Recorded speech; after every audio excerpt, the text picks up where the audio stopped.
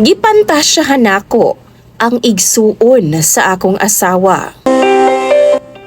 Maayong adlaw kanimo DJ Sam ug sa imuhang mga suking tigpaminaw. Itago na lang ko sa pangalang Tupe. 32 anyos ko, minyo, ngadto sa akong asawa nga tawgon na lang nato sa pangalang Luna. 12 years na mi nga magkarelasyon ni Luna DJ Sam ug 7 na mi katuig nga kasado, apan wa gihapon mi gigasahan og anak sa Ginoo. Tungod na daw siya kondisyon nga PCOS sa DJ Sam. Mao daw na hinungdan nga maglisod siya sa pagbuntis. Ana pa ang doktor, baga daw kaayo ang lining sa iyang matres. Nahigugma ko sa kong asawa DJ Sam. Why duda ana? Mao ganing ako siyang gipakaslan. Apan nasukad ni abot ang iyang igsuon, dinhi sa mo ang panimalay ug nakisaka. Murag pirmi man gud magsuad ang akong ginhawa sa iya ha. Last year lang DJ Sam nabulabog ang akong malinawon nga huna-huna. Dinhi man gud na-assign ang iyang manghod og nihangyo nga imbes nga mag-boarding house, sa amuan na lang una makisaka. Ug mopauli na lang sa ilaha kada Sabado or Domingo. Day off niya na DJ Sam. Minyo pod ang akong bayaw. Duna sab siya'y duha ka mga anak ug army ang iyahang bana. Ang ilang mga anak DJ Sam matuan nagpuyo sa ginikanan sa lalaki. Ug didto nagauli siya matag Sabado ug Domingo. Slim ang akong bayaw DJ Sam kumpara sa akong asawa. Body paghihapon kaayo bisan anak ka na.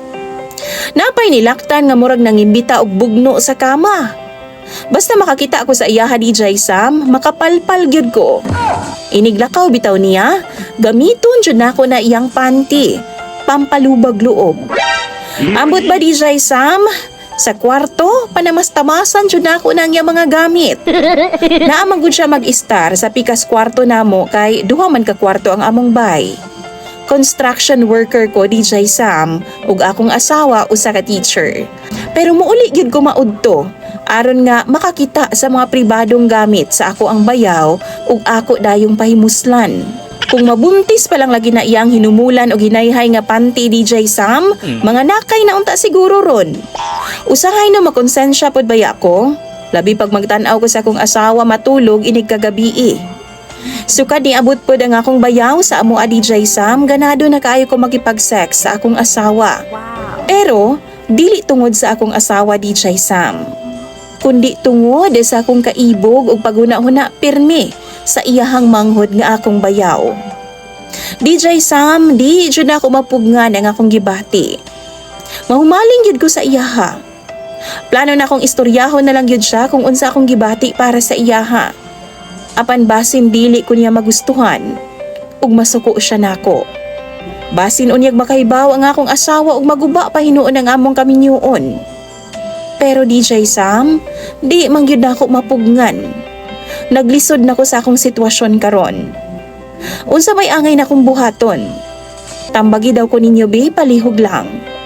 Imong sander DJ Sam, Tupe.